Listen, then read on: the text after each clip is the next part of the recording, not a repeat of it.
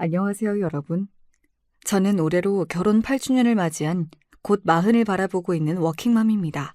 세상에서 가장 말이 많은 3살 난 아들과 제 일을 세상 그 누구보다 지지해주는 든든한 남편과 함께 살고 있답니다. 여기 이 채널은 주변의 결혼 선배님들께 추천을 받아 처음 들어오게 되었는데요. 저처럼 결혼을 통해 겪은 다양한 사연들을 접할 수 있어서 금방 빠져들게 되었어요. 저처럼 결혼하시고 바쁘게 살아가시면서 고군분투하시는 결혼 선배님들이 여기도 참 많으시더라고요. 사연을 통해 항상 선배님들 지혜를 빌려 살아가고 있습니다. 결혼이라는 게 참 그런 것 같아요. 내 남편 하나 믿고 한 결혼이라 하더라도 사람과 사람 사이의 일이다 보니 시댁 식구들과 생각지도 못했던 일들로 부딪히기도 하고, 그래서 뜻밖의 마음고생을 하게 되기도 하고, 그 과정에서 나와 타인의 사고방식이 얼마나 다른지도 체감하게 되면서 말이죠. 어떤 것들은 생각보다 사소해서 이 정도 의견 차이야 가볍게 넘어갈 수 있는 문제도 있지만, 어떤 것들은 그런 가벼운 생각으로는 도저히 넘기지 못할 일들도 있고요. 제가 오늘 들려드린 사연은 후자의 것입니다. 저와 남편은 캠퍼스 커플로 연애를 시작했습니다. 남편이 저보다 1년 후배인데 처음 보자마자 제 눈에 쏙 들어서 제가 적극적으로 다가갔습니다. 제 성격이 워낙 솔직하고 감정을 감출 줄을 몰라서 아마 남편도 일찍이 제 마음을 눈치챘을 겁니다. 학교 다니는 내내 무난하게 연애하고 결혼도 아주 당연하게 지금의 남편과 할 거라고 생각했어요. 그런데 이 남자 직장까지 잡고 안정적인 환경이 되었는데도 불구하고 결혼 얘기를 꺼낼 생각을 안 하는 거예요. 자기, 내가 지금까지는 자기 회사 적응하고 바쁜 거 뻔히 아니까 잠자코 기다렸는데 혹시 나랑 결혼할 생각은 없는 거야? 나랑은 그냥 연애만 하고 싶어? 돌려 말하는 성격이 아니기도 하고 그럴 말재주도 없다 보니 그냥 돌직구로 물어봤습니다. 제 성격을 알면서도 결혼 얘기가 쉬운 것도 아니고 기다리다 못한 제가 대놓고 물었더니 남편도 많이 당황한 기색이었어요. 아니야, 무슨 그런 소리를 해. 손사래까지 치며 강하게 부정하는 남편을 보자 내심 안심이 되더라고요. 사실 남편이 그런 생각을 할 사람이 아니라는 거야 알고 있었지만 제가 결혼 생각이 없으면 또 몰라도 그간 결혼에 소극적인 태도를 보이는 남편에게 알게 모르게 마음을 다치지 않은 건 아니었나 봅니다. 남편은 제가 그렇게까지 생각하고 신경을 쓰고 있는 줄은 꿈에도 몰랐던지 제게 미안한 기색이었습니다. 자기가 속으로 그런 생각을 하고 있을 줄은 몰랐어.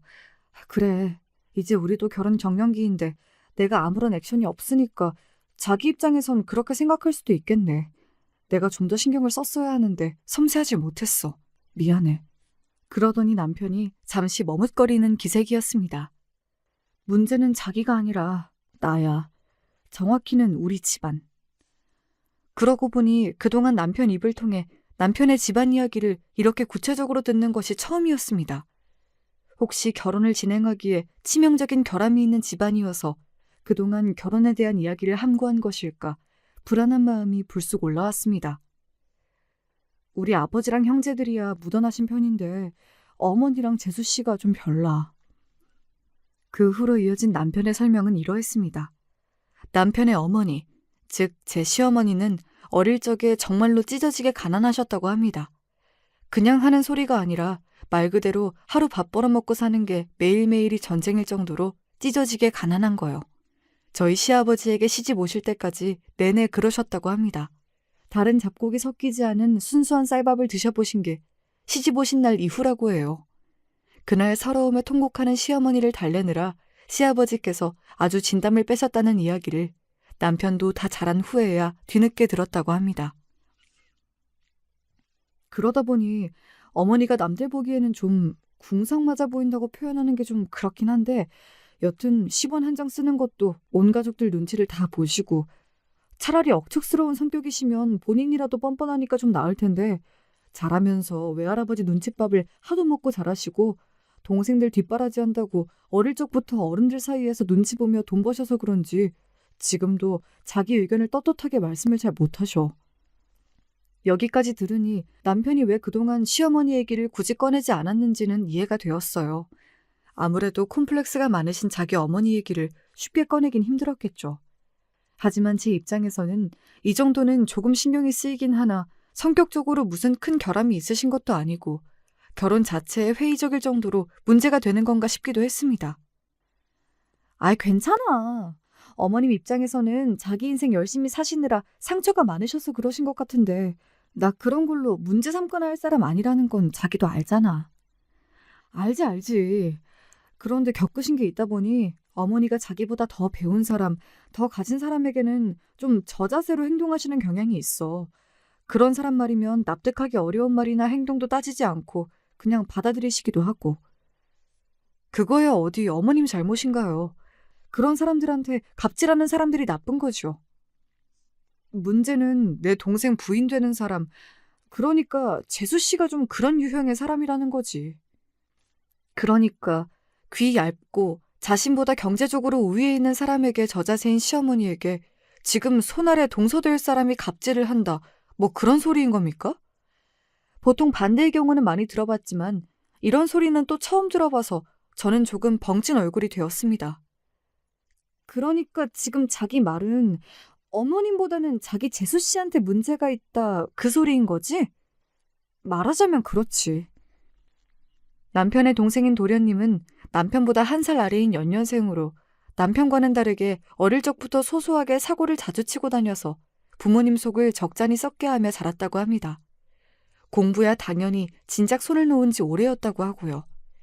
대학 진학은커녕 고등학교라도 무사히 졸업하게 하려고 늘 노심초사하셨다고 합니다.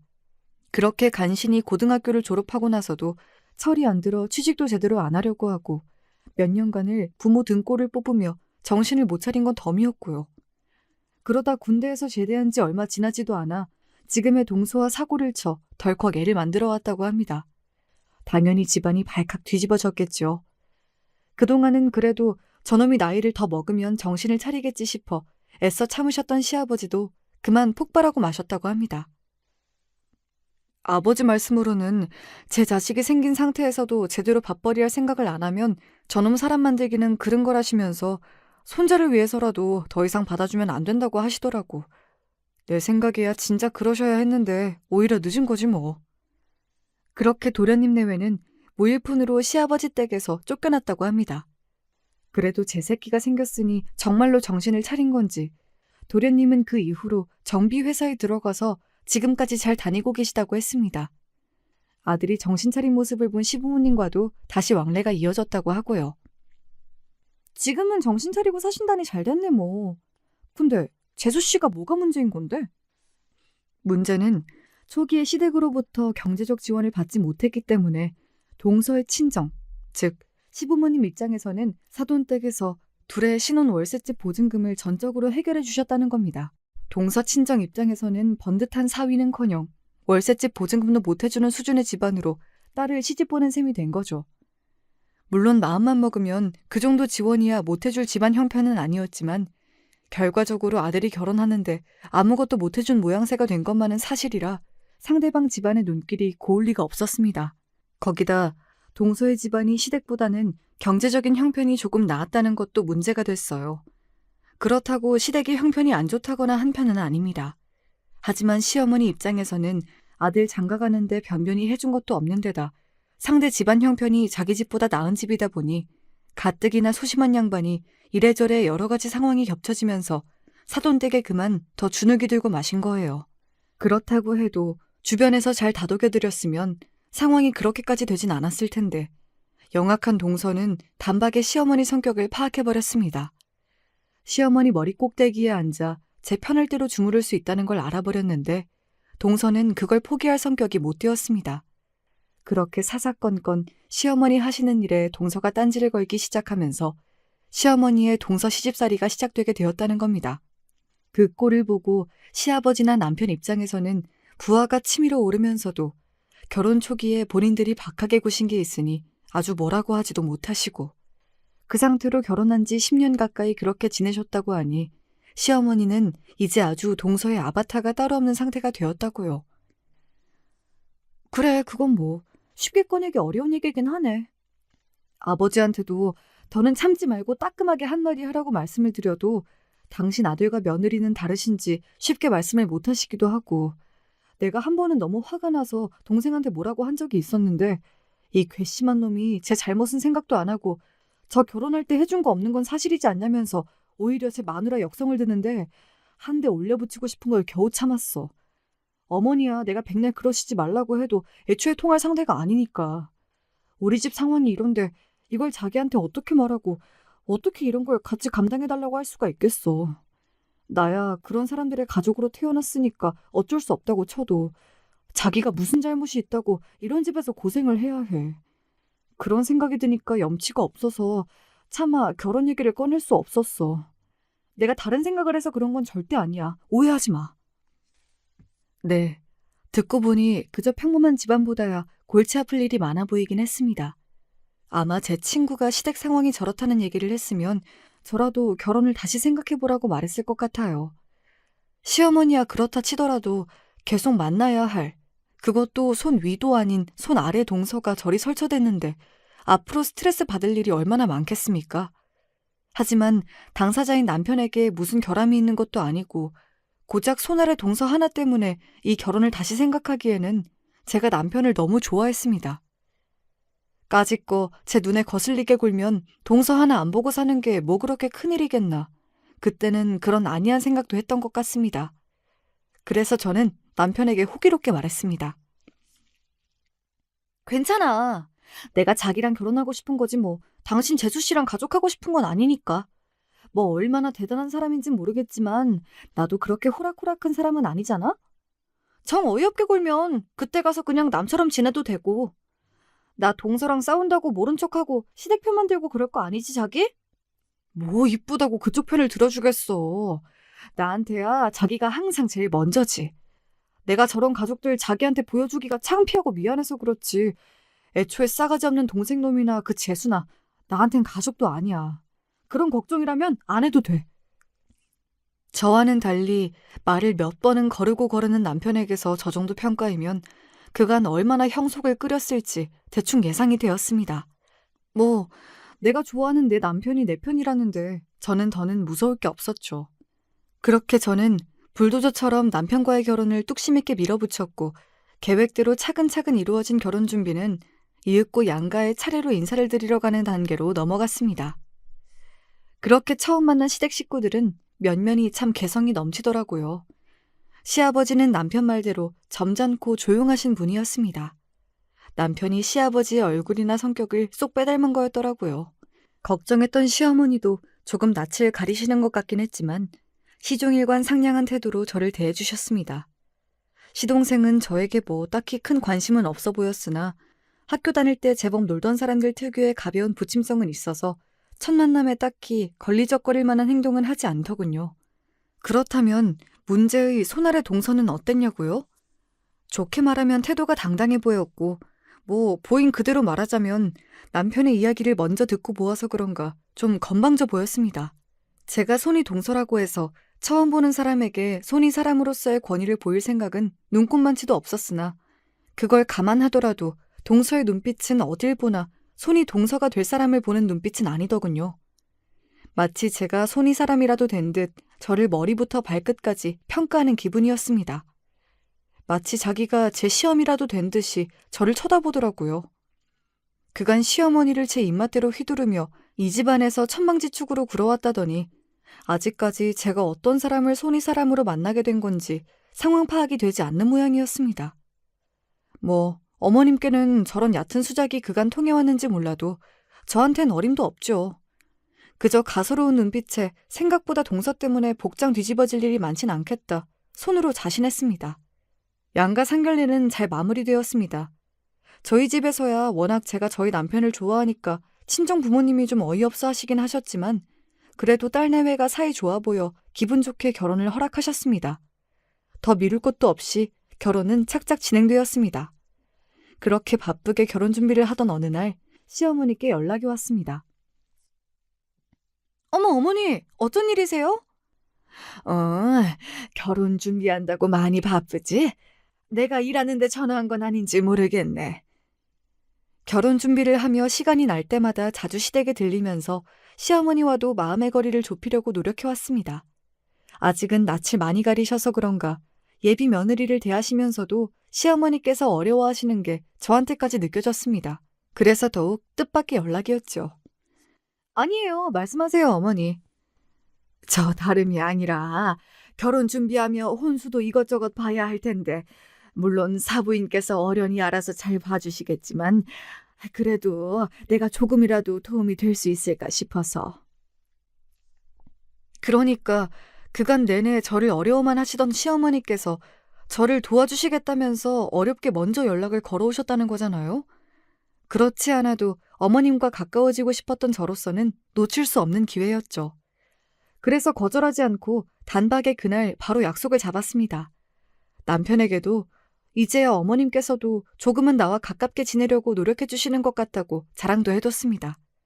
그런데 도착한 약속 장소에는 어머님만 나와 계신 게 아니었어요. 어머 형님, 왜 이렇게 늦게 나오셨어요?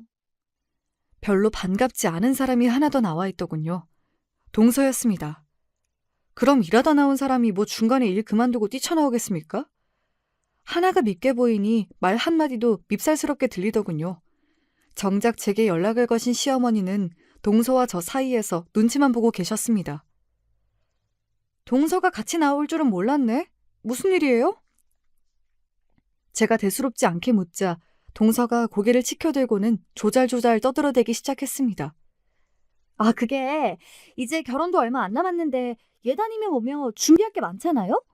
형님이 뭐 따로 결혼에 대해서 잘 알고 계시는 것도 아닐 테고, 그래도 제가 결혼으로는 형님보다 몇 년 선배잖아요? 오늘 도와드리려고 어머님께 연락드리라고 했어요. 그러니까 처음부터 동서 사주를 받고 어머님께서 제게 연락하셨다는 겁니다. 정말 웃기지도 않아서. 집안 어르신도 아니고 손아래 동서한테 예단 주문을 다 받게 되니 뭐 이런 경우가 있나 싶어 코웃음도 안 나오더라고요.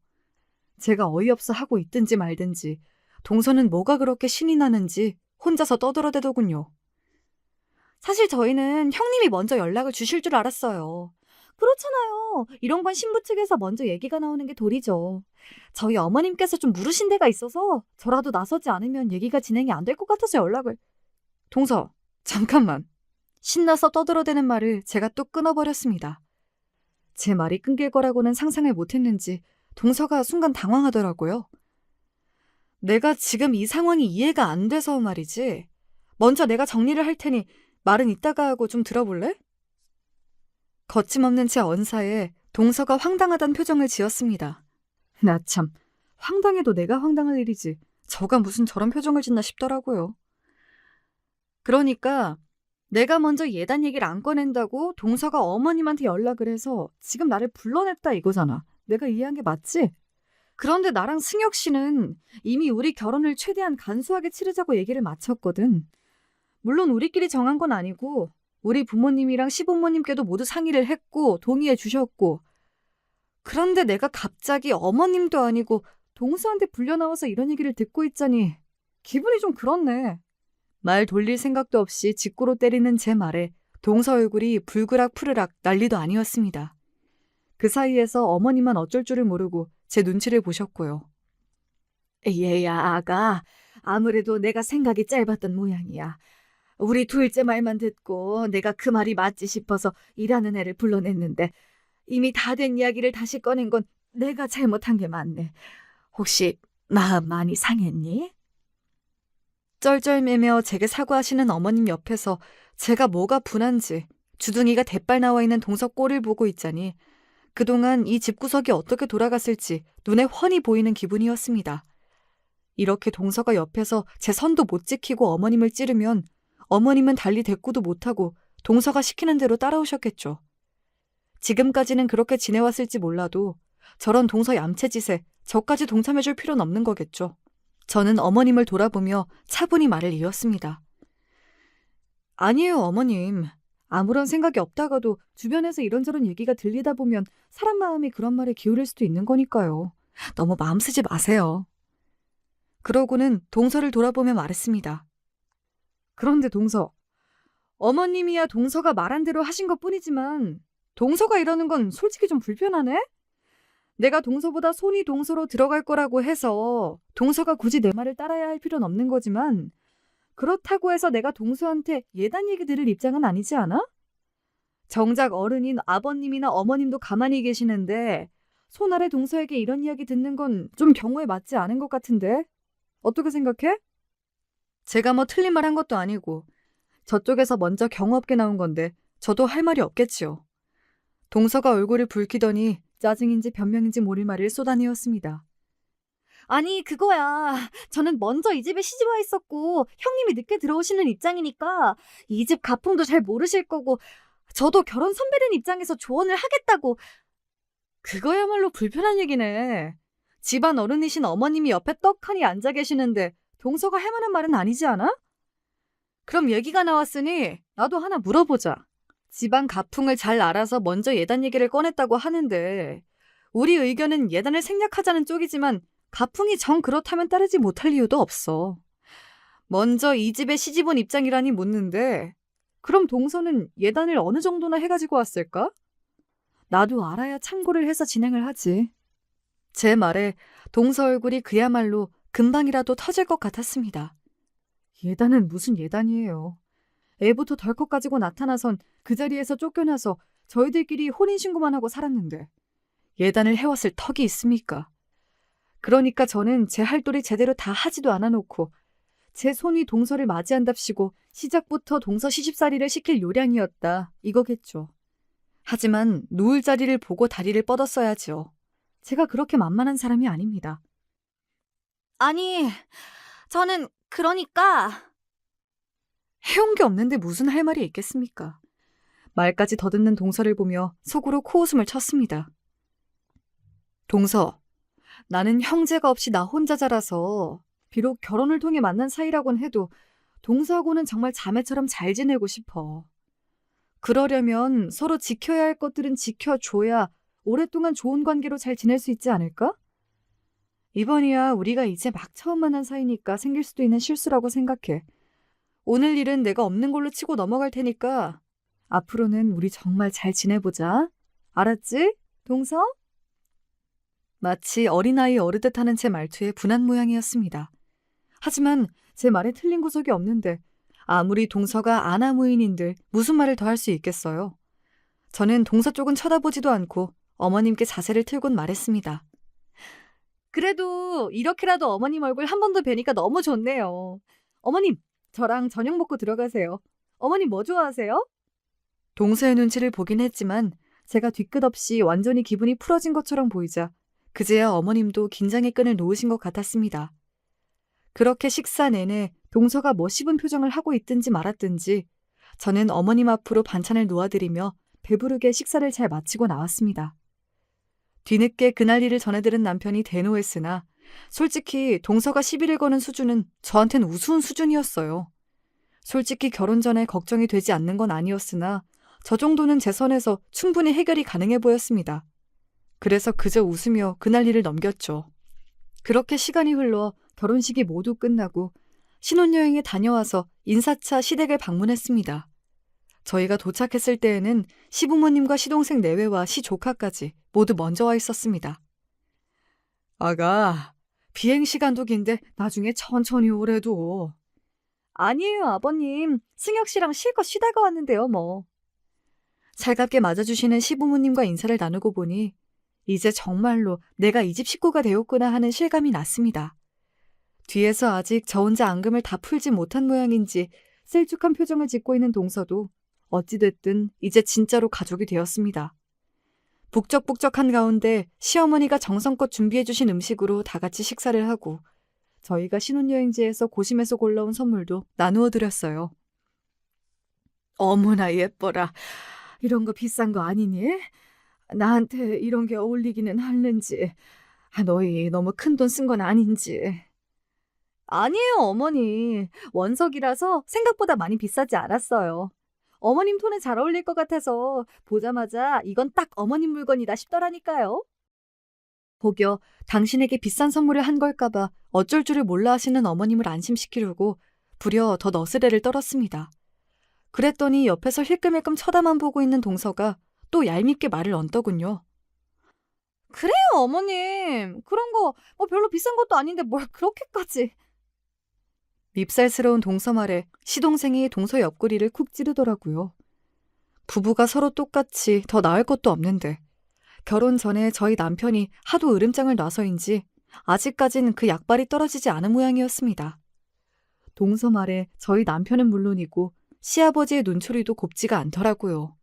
하긴 그렇게 제 부인 괄시하고 우습게 보는 며느리가 예뻐 보이는 게 더 이상한 일이겠지요. 조금만 영리했어도 제가 시댁에서 입지를 세우는 게 쉽지 않았을 텐데. 새치혀로 주변 사람들을 모조리 적으로 만드는 동서도 참 어지간한 사람이다 싶었습니다. 그런 와중에도 어머님께서는 제가 선물한 목걸이가 정말 마음에 드시는 모양이신지 연신 목걸이를 만지작거리시는 게 꼭 소녀 같으시더라고요.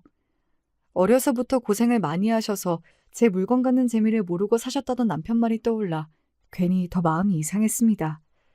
그 이후로도 목걸이를 만지시던 어머님 모습이 종종 떠오르곤 했던 건 그래서였나 봅니다. 신혼여행에서 돌아와서는 그동안의 공백을 메꾸느라 바쁘게 직장 생활을 한 탓에 한동안 시댁 식구들 볼 일이 생각처럼 많진 않았습니다. 남편도 사정은 마찬가지라서 바쁘게 직장 다니랴 신혼생활에 새로이 적응하랴 그렇게 또 시간이 손살같이 흘러갔습니다. 시부모님과 시동생 내외를 다시 본 것은 시아버지 생신 때문이었습니다. 결혼 후 처음으로 맞는 시아버지의 생신인 만큼 용돈의 선물까지 제법 신경을 많이 써서 준비했어요. 그렇게 시아버지 생신이 끼인 주말, 온 시댁 식구들이 다시금 시댁으로 모여들었습니다. 저희 신혼여행 다녀온 이후 인사를 드리러 간 이래 통화를 제외하고 직접 얼굴을 뵙는 건 처음이었어요. 아버님, 생신 축하드려요. 고맙다, 아가. 바쁜데 주말이라도 쉬어야 하는데 여기까지 다 와주고. 너희들이야 힘들겠지만 식구 하나 더 늘었다고 네가 오니 집안 분위기가 더 환해지는 것 같구나. 말씀도 참 어쩜 저렇게 다정하게 하시는지. 기분이 좋아져 활짝 웃고 있는데 구석에서 동서가 입을 삐죽대는 게 보였습니다.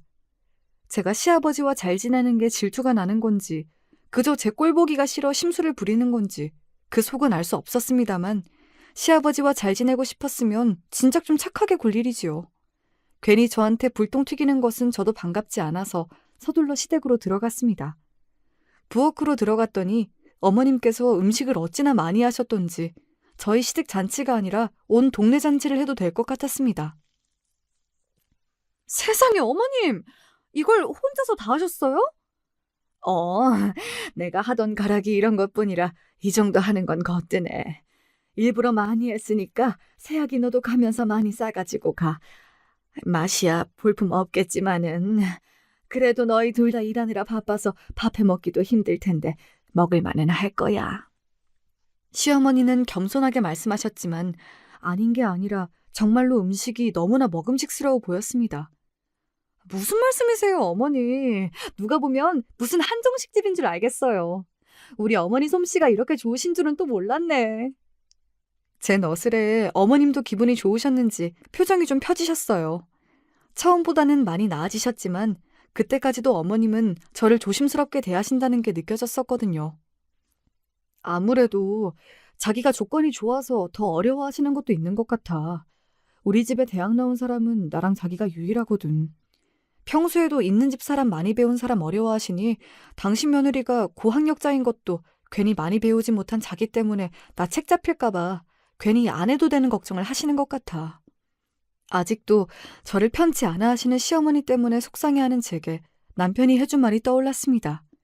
무슨 대학 나온 게 대단한 벼슬도 아니고 정말이지 안 하셔도 되는 걱정을 하시는 것 같아 속상한 마음이 들었지만 제게 큰 문제가 아닌 일이라도 어머님께는 상처가 되는 일일 수도 있기에 평소 제 성격처럼 시원하게 터놓고 얘기를 하기도 쉽지 않더군요.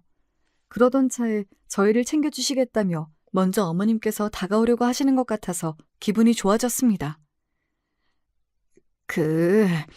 내가 너희들에게 뭐라도 좀 해주고 싶긴 한데 내가 재주가 이런 것뿐이라서. 어머니 말씀에 갑자기 제가 건네드렸던 저희 신혼여행 기념 선물이 생각이 났습니다. 비단 그것 때문만은 아니었겠으나 그러니까 어머님 딴에는 저희에게 감사 인사로 보답을 하시는 거였겠죠.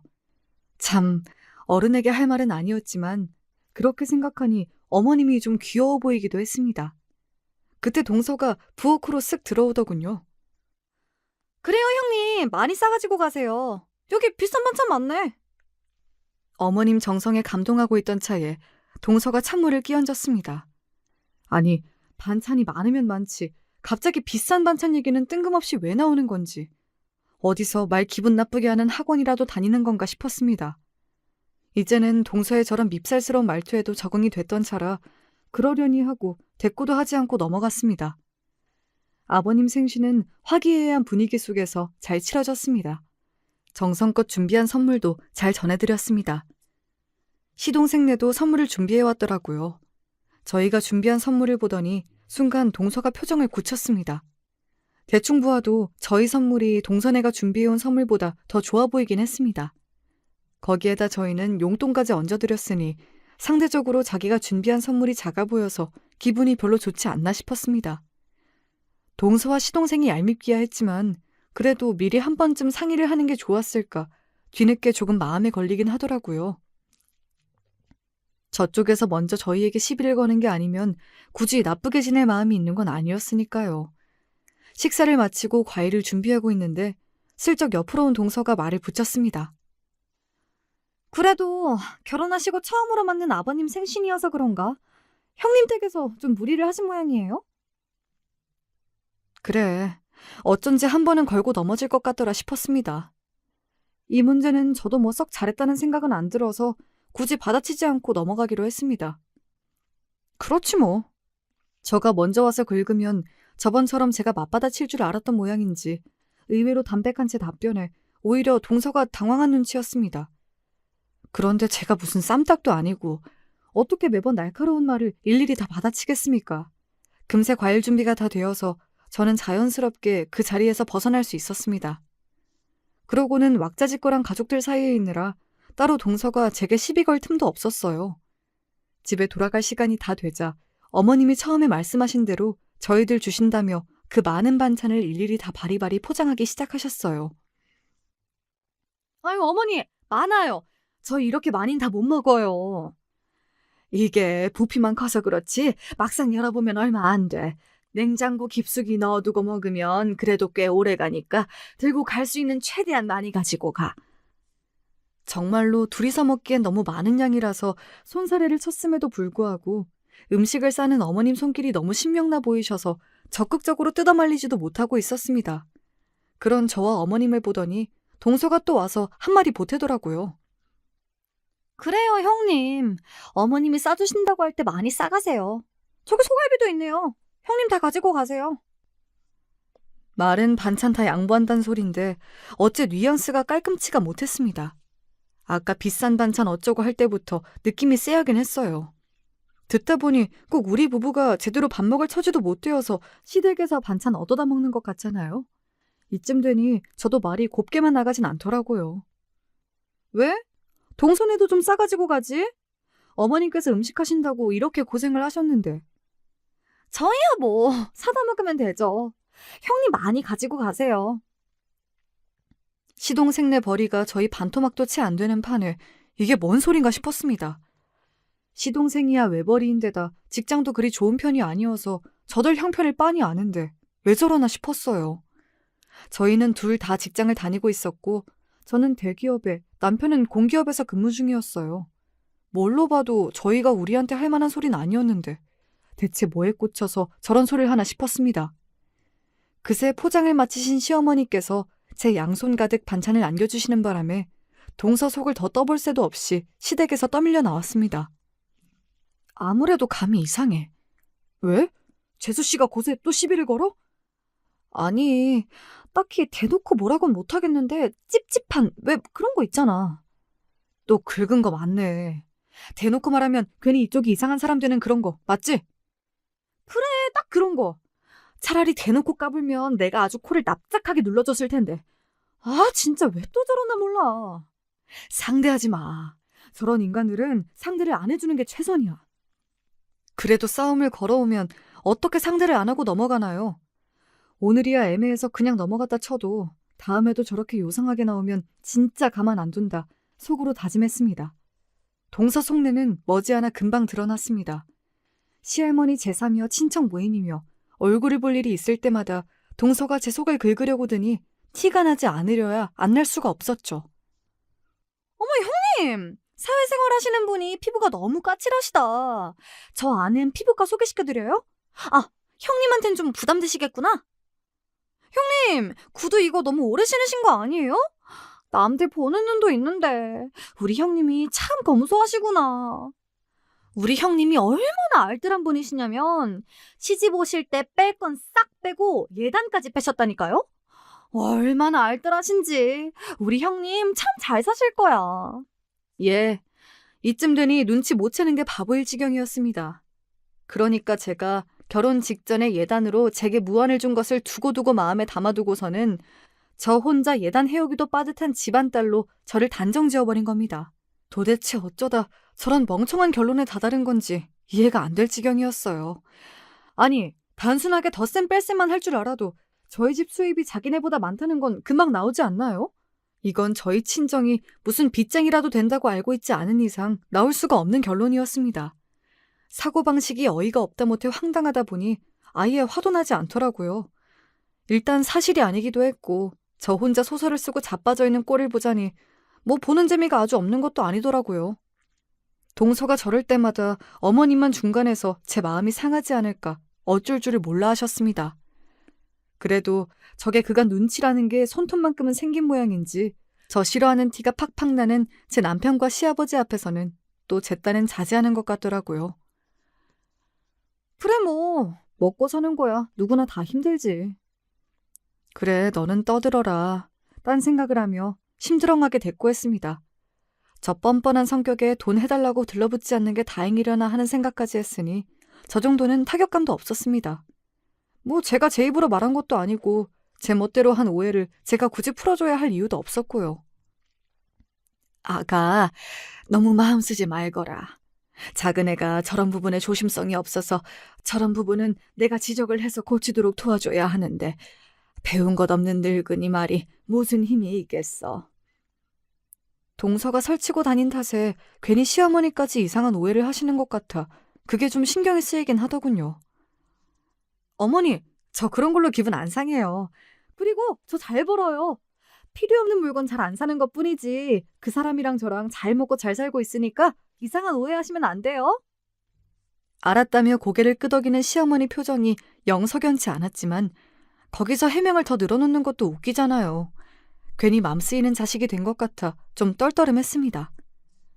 그렇게 동서와는 여전히 대면대면한 채로 결혼한 지 어느덧 5년 차에 접어들 무렵 드디어 저희 부부가 바라마지 않던 소식이 찾아왔습니다. 바로 저희 첫 아이 임신 소식이었죠. 양가 부모님 어느 누구라 할 것 없이 모두 기뻐서 어쩔 줄을 몰라 하셨습니다. 제가 자궁이 약한 편이라서 이번에도 해를 넘겨도 아이가 들어서지 않으면 시험관 시술까지 생각하던 중이었어요. 다들 한마음으로 기뻐해 주신 탓에 민망한 마음이 들면서도 저 또한 너무나 행복했습니다. 시부모님 역시 기쁨을 감추지 못하셨습니다. 제게 뭐라도 더 해주시고 싶어서 두 분 다 안달이 나 계셨어요. 하지만 그럼에도 불구하고 저는 그 마음을 다 받아들일 수가 없었습니다. 예, 아가, 아직도 입덧이 그렇게 심하니? 예, 임신을 확인한 지 얼마 되지 않아 시작된 입덧이 꽤 심했습니다. 정말 심한 날은 물도 한 모금 제대로 넘기기 힘들었어요. 가리는 것 없이 평생을 잘 먹어왔던 제 입장에서는 고역도 이런 고역이 없었습니다. 날이 다르게 살이 내리는 제 모습에 시댁 친정 가실 것 없이 걱정이 쏟아졌지요. 네, 어머니, 아직은 많이 힘드네요. 이렇게 힘든 걸 어머니는 어떻게 두 번이나 하셨어요? 제 말에 시어머니께서 안타까워서 어쩔 줄을 모르셨습니다. 얼른 입덧이 끝나야 몸보신이라도 시킬 텐데 발을 동동 구르시는 시어머니를 보며 그간 저를 어려워하셨더라도 제게 애정이 없는 건 아니셨나 보다 싶어서 마음의 위안이 되었습니다. 그렇게 꼬박 3주를 더 고생한 끝에 드디어 지긋지긋한 입덧이 좀 가셨습니다. 저는 그야말로 살판이 났죠. 저뿐만 아니라 양쪽 집안도 축제 분위기였습니다. 제 입덧이 끝났다는 소식에 대번에 저희 시아버지께서 전화를 주셨습니다. 아가, 이제 좀 먹을 수 있다지?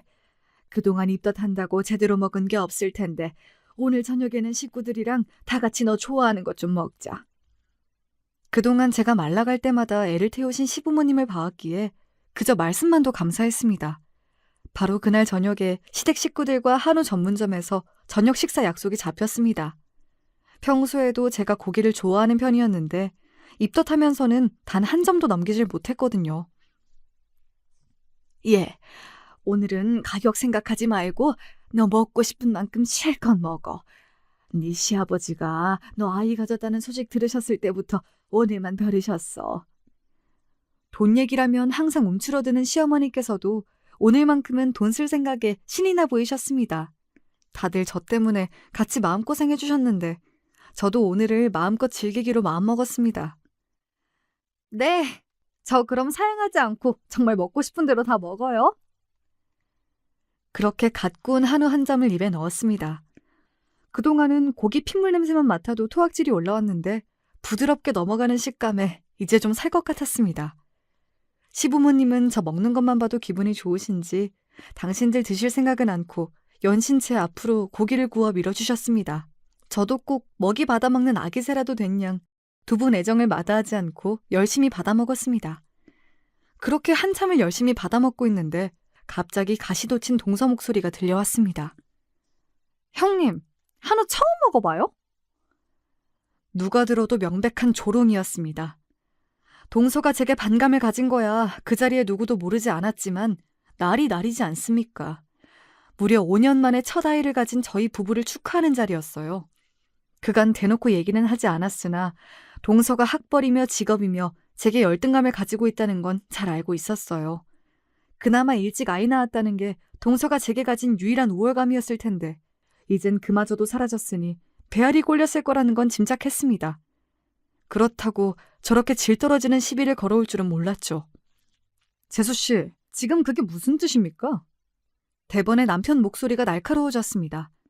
잠시 멈칫하던 동서는 마치 그간의 한풀이라도 하겠다는 듯 우악스럽게 쏟아내기 시작했습니다. 아니, 그렇잖아요? 뭔 피죽도 못 얻어먹은 사람처럼 없어 보이게 이게 무슨 짓이람? 이제 와서 애 가진 게 뭐 그렇게 대단한 일이라고 온 가족이 다 들러붙어서는. 아무리 아버님이 실컷 먹으라고 했기로서니 무슨 고기 처음 오는 사람도 아니고 짠하게 시리. 친정에서 5년 만에 임신한 딸한테 뭐 안 해줘요? 아, 예단도 못 나는 집안이니 그럴 형편도 안 되려나? 이 여자가 보자 하니까 미쳤나 정말! 내가 그간 벼르고 있었는데 더는 안 되겠어. 자리를 박차고 일어난 남편을 시아버지가 막아서시더니 동서를 꾸짖기 시작하셨습니다. 내가 그간 너 그 방자한 버릇을 알면서도 넘겨줬더니 오늘같이 좋은 날 이런 데워먹지 못한 짓을 해?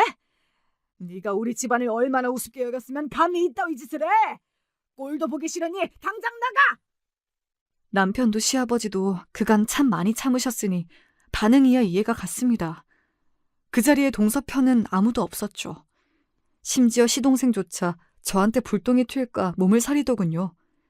참으로 한심하기 짝이 없는 한상이었습니다. 아버님, 당신도 열 올릴 거 없어. 애 들어, 그만해. 오히려 제가 차분히 둘을 진정시키자 그간 한 번도 저희 앞에서 큰 소리 낸 적이 없으셨던 어머님께서 말씀하셨습니다. 아니다. 이건 그냥 들어넘길 일이 아니야. 그간 내가 모자라서, 내가 부족해서, 네가 둘째에게 듣지 않아도 될 소리를 들어도 막아주질 못해서 이런 일이 생긴 거야. 아무리 생각이 없기로서니 어떻게 힘들게 첫 아이 가진 제 손이 동서에게 저런 소리를 해. 도대체 너는 어떻게 생겨먹은 애니? 항상 제게 주눅 들어있던 시어머니에게 처음으로 듣는 야단에 동서가 충격을 받은 눈치였습니다. 그럼 저가 그렇게 설쳐댔는데 언제까지 저를 봐주실 줄 알았나 보지. 제가 코웃음을 쳤습니다. 동서도 참 답이 없다. 어떻게 처음 봤을 때부터 지금까지 사람이 발전이 없니? 혼자 무슨 오해를 하고 말 같지 않은 소리를 했더니 또 돈 타령이니? 우리 부부가 너희보다 돈을 벌어도 배는 버는데 결혼 좀 간소하게 했다고 그렇게 내가 가난해 보이디? 허용만 잔뜩 차가지고는. 내가 우리 친정 부모님한테 앞으로 물려받을 재산만 건물이 5채야. 알기는 알아? 진짜 부자는 너처럼 천박하게 돈 소리 대놓고 안 해. 뭘 알고나 말을 해야지. 제가 차분하게 하는 말에 그 자리에 모든 눈이 댕그레졌습니다. 하도 돈 타령 해대는 동서이니 괜히 거머리처럼 들러붙을까 싶어 얘긴 안 했지만 제게 물려받을 재산이 꽤 되는 건 사실이었어요. 비록 그거 아니더라도 동선애보다야 저희 집 형편이 훨씬 낫지만요. 동서, 자식까지 키우는 사람이 그러는 거 아니야. 애가 도대체 뭘 보고 배우겠니? 애한테 좋은 영향까진 못 주더라도 나쁜 걸 보고 배우게 하진 말아야 하지 않겠어? 마치 모자란 아이 타이르듯 부드럽게 어르는 제 말투에 약이 오를 대로 오른 모양인지 창피한 줄도 모르고 동서가 그 자리에서 울음을 터뜨렸습니다. 얼굴이 시뻘개져서는 갖은 추태를 보이는 모습에 시아버지께서 소리를 버럭 지르셨죠. 뭘 잘했다고 울어? 네 놈도 네 처가 저 모양인데 입 꾹 닫고 있으면 그만이냐? 내 도저히 열이 뻗쳐서 네 놈들 더는 못 보고 살겠다. 앞으로 야금야금 빼먹던 지원도 전부 끊을 테니 그런 줄 알고 앞으로 2번 다시 손 벌릴 생각 마라! 네, 그간 시집 올 때 집 안 해줬다는 핑계로 시어머니를 구슬려 이리저리 빼먹은 돈이 적지 않다는 걸 시아버님은 물론이고 저희 부부까지 다 알고 있었습니다. 저희가 아는 것까진 모르셨는지 시어머니는 뜨끔하신 것 같았지만요. 뒤늦게 시동생이 사태 수습을 하려 들었으나 이제 와서 무슨 턱도 없는 일이었죠. 그렇게 동서는 여전히 추하게 질질 짜며 제 신랑에게 끌려 나갔습니다. 저희끼리 남은 식당 룸 안에 침묵만이 흘렀습니다. 이윽고 시아버지께서 말씀하셨습니다. 이 좋은 날에 이런 꼴을 내가 정말 네 앞에서 할 말이 없구나. 내가 이렇게 대단한 집 따님이신지도 모르고. 동구에 어쩔 줄 모르는 시어머니께 제가 단호히 말했습니다. 어머니, 그러지 마세요. 그간 말씀드리지 않은 건 죄송하지만 가뜩이나 어머님이 저 어려워하시는 걸 아는데 상속받을 얘기까지 하면 저한테 더 거리를 두실까 걱정돼서 그랬어요. 어머님이 가난한 집에서 태어나고 싶어 태어난 게 아닌 것처럼 저도 제가 뭘 잘해서 있는 집에 태어난 게 아니잖아요. 그저 여태까지 대해주신 것처럼 가족으로 대해주세요. 네? 그렇게 생각지도 못하게 골칫거리였던 시동생과 동서가 제 인생에서 떨어져 나갔습니다. 그간 맺힌 게 많아 그러신지 시아버님이 아주 단호하셨거든요. 그동안 쏠쏠하게 본가에서 뜯어가던 걸 못하게 되니 아쉬운 거야 뭐 그네들이겠죠. 저야 그 얄미운 인간들 얼굴 볼 일이 없게 되었으니 맘 편히 태교에 전념하며 예쁜 우리 아들을 만날 수 있게 되었습니다. 한동안 시어머니가 저를 전에 없이 어려워하시던 것이 마음 쓰였으나 중간에 어깃장 놓는 동서가 없다 보니 저도 더 뻔뻔하게 시어머니께 들이댈 수 있었어요. 결국 어머니께서도 전보다는 더 가벼운 마음으로 저를 대해주십니다. 요즘에는 일하느라 바쁜 아들 며느리 대신 손자 봐주시겠다며 자꾸 아이를 데려가시는 통에 말리는 게 일이에요. 세상에 별 황당한 일이 다 있죠? 살면서 돈 없는 사람 취급받아 보긴 또 처음이네요. 그걸 또 이렇게 대놓고 돈 없다고 괄시하는 인간을 보기도 처음이고요. 결혼 생활이란 참 묘지경인 것 같습니다. 긴 얘기 재미있게 들어주셨을지 모르겠네요. 다들 남은 하루 가족들과 즐거운 시간 되시길 바라요.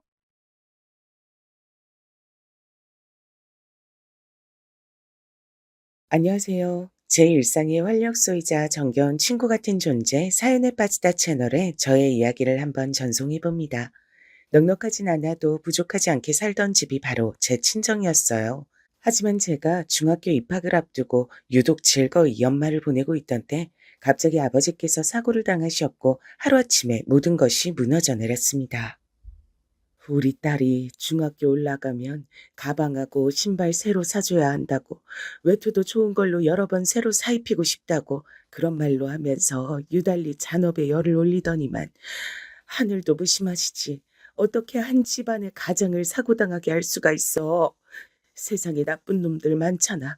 근데 왜 착하고 성실하고 자기 처자식밖에 모르는 사람한테 이런 시련을 안겨주는 거야? 왜?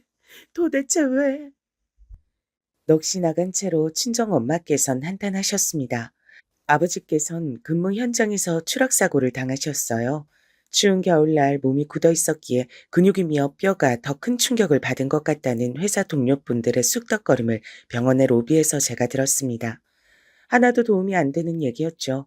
아니, 도리어 제 마음을 더 아프게 만드는 얘기일 뿐이었습니다. 아버지께선 말 그대로 죽다 살아나셨어요. 주변에서 모두가 목숨을 건진 게 신기하다. 아무래도 하늘이 도왔나 보다 했습니다. 그러나 저희 가족은 하늘이 원망스러웠습니다. 제 유일한 형제인 친정 오빠는 그때 중학교 3학년이었는데요. 원래 진학하려고 했던 고등학교를 포기하고 취업에 당장 도움을 줄 수 있는 다른 고등학교를 가겠다고 해서 엄마께서 노발대발하셨습니다. 절대로 안 돼. 네가 그런다는 얘기를 네 아버지가 들으셨으면 무조건 반대하셨을 거야. 아직까지 제대로 의식을 차리지 못하고 계시지만 네 아버지 반드시 의식 돌아오실 거고 우리 가족 일상으로 돌아올 사람이야. 달라진 건 있지만 끝난 건 없어. 그러니 네가 섣불리 원했던 고등학교 진학 포기한 걸 알면 네 아버지가 얼마나 자책하시겠니. 그런 모습을 난 두고 볼 수가 없구나. 벌써부터 돈 걱정하지 말고 넌 네가 원하는 공부하도록 해. 알았지? 적극적으로 오빠를 설득하셨죠. 사고 이후 단 한 달 만에 무섭도록 쌓인 병원비를 눈치채고서 오빠는 돈 걱정부터 하기 시작했지만 엄마께선 자식이 그러는 모습을 볼 수 없으셨던 겁니다. 아버지께서 몸담고 계셨던 회사에서 나온 보상금은 터무니없이 자그마한 금액이었습니다. 친척분들은 그걸 누구 코에 붙이냐며 분노하셨고 다들 당시의 형편이 썩 좋지 못하였지만 십시일반으로 돈을 조금씩 거둬 저희 집의 도움에 손길을 보태주셨어요. 그런 덕분에 엄마께서 내내 병원 생활하시며 버틸 수 있었던 겁니다. 하지만 금세 한계가 보였고 오빠의 고등학교 진학과 저의 중학교 진학이 하필이면 맞물린 상황에서 엄마께선 있는 대로 돈을 빌리셨습니다. 각종 대출을 받는 것도 불사하셨죠. 그러한 사실을 굳이 자식들에게 알리진 않으셨으나 자연스레 눈치를 채게 되죠. 인생에서 장담할 수 있는 건 아무것도 없는 것 같아요. 여러분도 한 번쯤은 이런 점을 살면서 느껴보셨을 테죠. 전 교복을 입는 중학생이 되면 뭔가 대단히 근사한 일상이 펼쳐질 줄 알았습니다. 손꼽아 기다렸던 중학교 입학이었어요. 하지만 아버지께서 큰 사고를 당하셔 의식불명 상태로 미친 듯이 병원비가 쌓여가고 엄마께서 대출까지 받으신 상태에서 제가 중학생이 될 줄 누가 알았겠나요? 저는 불안과 초조 속에서 중학교를 다니기 시작했고 새로운 가방이나 신발, 외투 이런 것들은 전부 사치에 불과했습니다. 전혀 새 것을 가지고 싶지 않았어요. 아버지께선 딸사랑이 지극하신 분이셨기에 전 부족함 없이 자라왔었고 필요한 것들은 이미 다 가지고 있었습니다. 그래서 아무것도 사달라고 하지 않았죠. 엄마를 감히 조르는 일은 있을 수가 없었습니다. 오빠가 중학교 때부터 어느 정도 공부를 했다는 사실이 그나마 숨통이 조금 트이는 요소였을 겁니다. 기적적으로 아버지께서 뚜렷한 의식을 되찾으시고 의사소통을 다시 하기 시작하셨을 때도 엄마께선 그러셨어요. 여보, 그래도 우리 아들이 공부 하나는 잘하잖아요. 좋은 대학 가서 좋은 직장 잡아서 어떻게든 집안 먹여 살려주겠죠. 그때까진 내가 이 한 몸 부서져라 노력하고 버팀대요. 그러니까 자책하지 말고 건강을 회복하는 것에만 집중해요. 아버지께선 이게 다 당신의 탓이라며 크게 자책하고 계셨고 한순간에 일터와 건강, 재산 모든 것을 잃게 된 현실을 받아들이기 어려워하셨어요. 차라리 의식을 되찾지 말 걸 그랬다고 영원히 눈을 감아버리는 게 나을 뻔했다고 그런 말씀까지 하셨을 정도였습니다. 그 앞에서 엄마께서 위로를 해주셨고 용기를 불어넣어 주셨는데 그게 바로 오빠가 앞으로 잘 풀릴 거란 기대였던 겁니다. 어렸을 땐 하도 까불거리고 재수없게 잘난 척을 해대서 저와 다투기도 많이 다투었던 오빠였는데 어느새 얼굴에 장난기가 사라져 있었고 한없이 진지하고 어두운 기운이 내려앉아 있었습니다. 당시엔 저 자신도 너무 힘이 들어서 세상에서 저만큼 불행한 아이는 없을 거라는 자기 연민에 빠져 있었기에 몰랐는데 오빠의 고등학교 생활이야말로 무척이나 힘들었을 거예요. 반드시 본인이 좋은 대학과 좋은 직장을 가야 한다는 압박감을 그때부터 느끼고 있었으니까요. 그 괴로운 심정을 당시엔 헤아려 주지 못했던 것이 시간이 흘러 너무 미안하더라고요. 아버지께서 어렵사리 퇴원을 하신 이후 거동이 불편하셔 집에서만 지내셨는데요. 학교를 마치자마자 집에 와서 아버지를 보살피는 건 저의 몫이었습니다. 오빠는 하루 종일 학교에 붙어 있었으니까요. 밤 11시가 넘어서야 집에 왔고 아침 7시면 학교를 가는 게 당시 오빠의 일과였습니다. 반면에 저는 학원 한 군데를 안 가고 있었으니 수업이 마치자마자 집으로 와서 아버지를 보살폈죠. 혼자선 모든 걸 하기 어려워하셨거든요. 엄마께선 아버지께서 퇴원을 하시자마자 일자리를 구하셨습니다. 단순 노동을 반복해서 하는 공장 일이었어요. 근데 그게 3교대였죠. 아침에 일을 나가실 때도 있었고 남들이 일을 마치고 퇴근하는 저녁 시간에 출근 준비를 하실 때도 있었습니다. 전 자연스레 엄마를 대신해 모든 집안일을 하기 시작했고 엄마의 도시락도 싸기 시작했죠.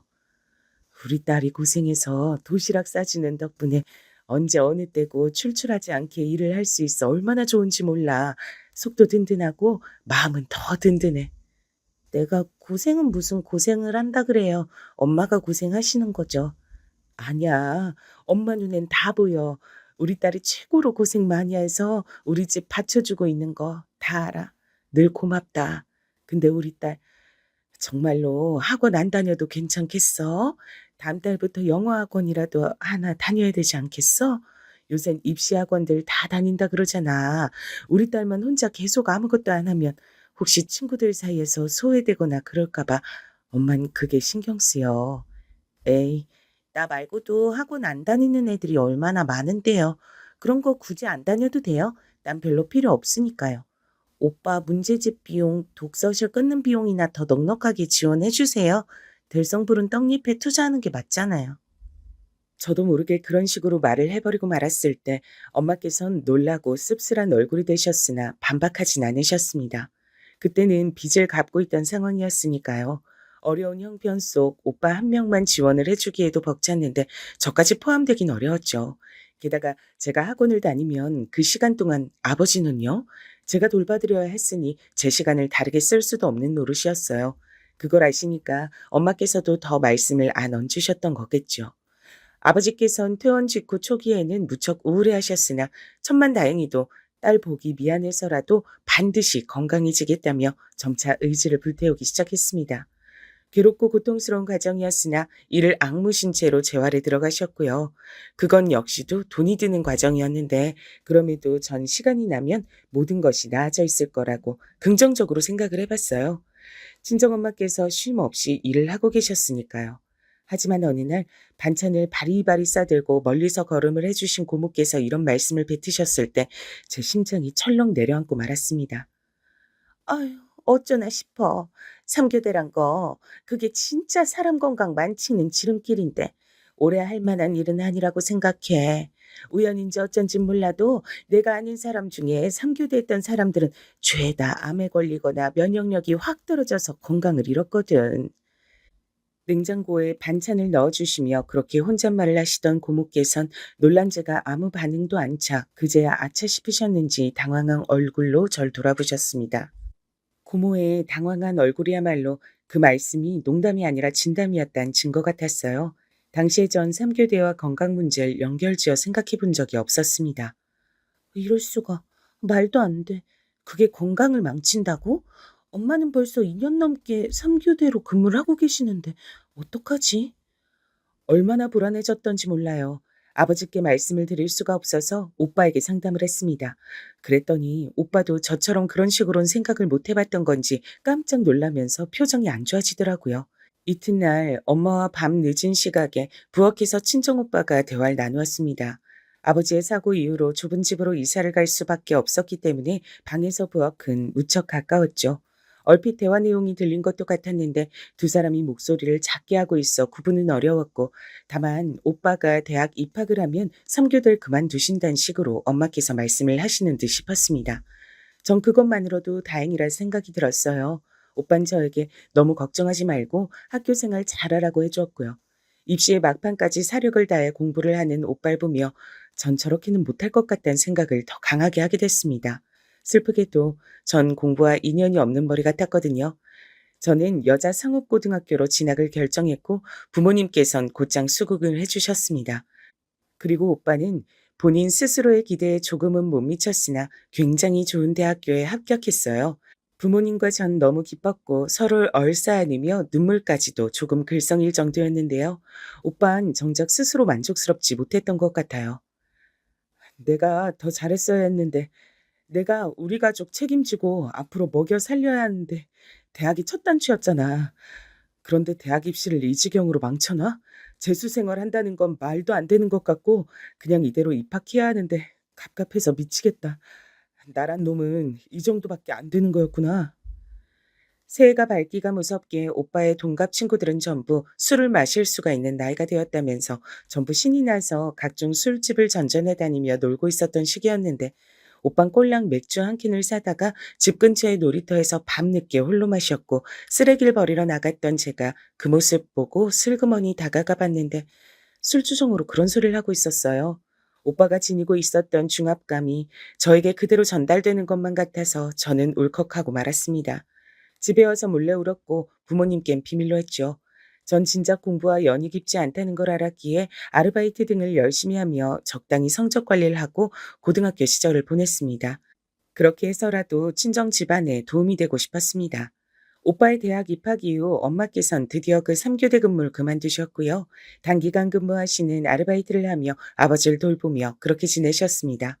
그러나 그 생활은 그다지 오래 갈 수 없었어요. 오빠가 성적 장학금을 노리며 공부를 미친 듯이 하던 와중에 돈까지 벌기 위해서 아르바이트를 2개나 병행했던 거예요. 잠을 줄여가면서 말입니다. 그러다 결국은 쓰러지고 말았어요. 인생에서 가장 활기차다고 해도 과언이 아닐 20대 초중반의 나이에 과로 때문에 쓰러진 겁니다. 오빠의 몸은 이미 꽤 망가져 있었어요. 원인 불명의 두드러기가 온몸에 간헐적으로 돋아나 있었으며 예고 없이 찾아오는 위경련으로 인해 엄청나게 고생하고 있던 와중이었죠. 스트레스가 극심해서 두통도 만성이 되었고요. 내 새끼가 죽도록 고생하고 있었는데 그 지경이 되도록 난 엄마라는 사람이 대체 여태까지 뭘 하고 있었던 거야? 전부 다 내 잘못이야. 엄마께선 크게 자책하셨고 즉시 아르바이트 일을 그만두셨어요. 혹시나 또 3교대 근무를 하실까봐 걱정이 되다 못해서 겁이 난 전 아버지와 합세해서 그것만은 못하시도록 말렸습니다. 그래서 하시게 된 일이 바로 식당 일이었어요. 중식당에서 각종 주방의 허드렛 일을 하시다 좀 더 체계적인 일로 옮겨가셨는데 그곳은 꽤 오래됐으며 규모가 있는 국밥집이었습니다. 엄마께선 일이 즐겁고 보람되다고 하셨으나 국밥집에서 일을 시작하신 지 5개월 정도가 됐을 때 제가 아버지를 부축해서 모시고 그곳을 가본 적이 있었어요. 한적한 시간대였는데 딱 봐도 주방이 터줏대감처럼 보이는 어떤 분이 엄마를 몹시도 구박하면서 삿대질을 하셨고 힘든 일을 지시하는 광경이 눈에 들어왔습니다. 엄마의 옆 얼굴은 무척 고단해 보였으나 애써 입가엔 희미한 미소를 유지하고 계셨어요. 사실 네 엄마가 무슨 잘못이 있겠냐. 네 엄만 평생에 결백했고 아무 잘못도 없었다. 네 오빠가 건강 이상 문제로 쓰러졌던 것도 면역력이 박살나서 한동안 고생했던 것도 네 엄만 본인의 잘못이라고 하였으나 너도 알잖니. 그게 어떻게 네 엄마 잘못이야. 나의 잘못이지. 네 엄마의 잘못이 딱 하나 있다면 인생이 잘못된 나 같은 사람과 결혼했단 거 그거 하나뿐이야. 저렇게 고생하며 살 여자가 아니었는데 괜히 날 만나서 저렇게 됐어. 아버지, 왜 그런 말씀을 하세요? 그러지 마세요. 이제 우울한 생각 안 하시기로 하셨잖아요. 힘내서 잘 살아볼 생각만 하시겠다고 전에 분명히 저한테 그러셨잖아요. 그러니까 제발 그런 식으로 말씀하지 마세요. 듣는 제 마음이 아플 거란 건 왜 생각 못 해주시는 건데요. 너에게도 정말 미안하다, 우리 딸. 세상에서 가장 귀하게 키워주고만 싶었는데 내가 바랬던 건 그것뿐이었는데 그거 하나가 이렇게 어려웠다니 내가 미안해. 그날은 친정아버지와 서로 눈물을 힘껏 참으며 집으로 돌아갔습니다. 지나가던 사람들이 의문스러운 눈길을 보냈으나 저희 부녀는 그런 것 따위 조금 더 신경 쓰지 않고 서로를 마음속으로 다독이며 집으로 돌아갔어요. 그날 늦은 저녁 하필 그날따라 엄마께서 밝게 웃으시며 식당 일이 정말 할만하다고 말씀을 하셨어요. 김치 양념을 많이 바른다고 해서 능사가 아니더라. 적당히 양을 딱 맞춰야 시원하고 간이 맞는 걸 새로 알았지 뭐니. 여러 가지 많이 배우는 것 같아. 이러다 나중에 각종 요리의 달인이 되는 건 아닌가 몰라. 밝게 웃으며 말씀을 하셨으나 무릎과 정강이에 보이는 새로운 멍자국, 거칠어진 손끝, 무엇보다 웃음으로도 숨겨지지 않는 피곤해서 거뭇하게 된 엄마의 눈가가 자꾸만 제 눈에 들어왔습니다. 그것은 아버지도 마찬가지셨을 거예요. 마치 짠 것처럼 저와 눈이 딱 마주쳤죠. 그러자 저와 아버지는 동시에 슬쩍 웃으며 친정엄마를 향해 잘 되었다고 파이팅하라고 그런 응원이나 건넸습니다. 그러면서 속은 문드러지고 있었죠. 남들은 그저 평범하게 잘만 사는 것 같던데 제가 다른 집들의 속사정까진 알 길이 없었으나 적어도 겉보기엔 다들 저희 가족들보다 안 힘들게 사는 것 같았어요. 아등바등 노력을 아무리 해봐도 슬픈 집은 저희 친정집밖에 없는 듯 싶었습니다. 사실 여자 상업고등학교 그것도 도중에 그만두고 싶었고 돈이나 많이 벌고 싶었으나 부모님께서 만류해 주셔서 간신히 졸업장을 딴 것이었어요.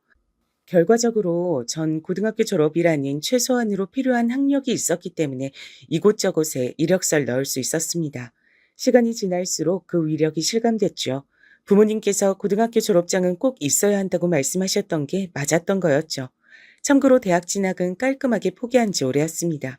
오빠가 건강이 너무 안 좋아서 결국 대학교를 도중에 휴학까지 했어야 됐으므로 제가 빨리 직장을 잡는 게 최우선이라고 생각을 진작했었어요. 일을 하면서 제 목표는 저희 가족의 행복이었습니다. 엄마께서 일을 그만두시고 편하게 쉬시는 것, 오빠가 자신감을 되찾고 부담감을 내려놓고 여유롭게 일상을 사는 것, 그리고 아버지께서 진정으로 즐겁고 행복한 웃음을 지으시는 것, 그것뿐이었죠. 조금은 부당한 대우를 받으며 이를 악물고 버텼던 첫 직장의 시간이 지나고 23살 때 성공적으로 이직을 해서 다닌 직장에서 엉덩이를 딱 붙이고 경력을 쭉 쌓아갔는데요. 유일하게 저와 사적으로 친해진 직장 동료가 어느 날 저와 따로 밥을 먹다가 저에게 꿈이 뭐고 앞으로의 목표가 뭐냐고 물어보길래 가족의 행복이라고 대답했거든요. 그러자 직장 동료가 숟가락을 내려놓더니 눈물을 훔쳤어요. 그렇구나. 너무 의외의 답변이라 놀랐어. 그리고 조금 부럽네. 뭐? 부럽다고? 내가? 너 지금 그거 나 놀리는 거 아니고 진심으로 하는 소리가 맞아? 당연하지.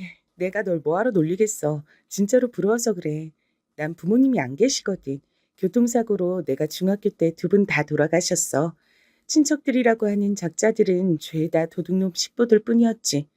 차라리 벼룩의 간을 빼먹지. 어떻게든 챙겨갈 게 있을까 해서 눈만 빛내더라. 그때부터 어른들을 의지하지 않게 됐어. 나에겐 언니가 유일한 내 가족이야. 나보다 4살 많은데 고3 때 자퇴했고 날 위해서 자기 청춘을 다 바쳤어.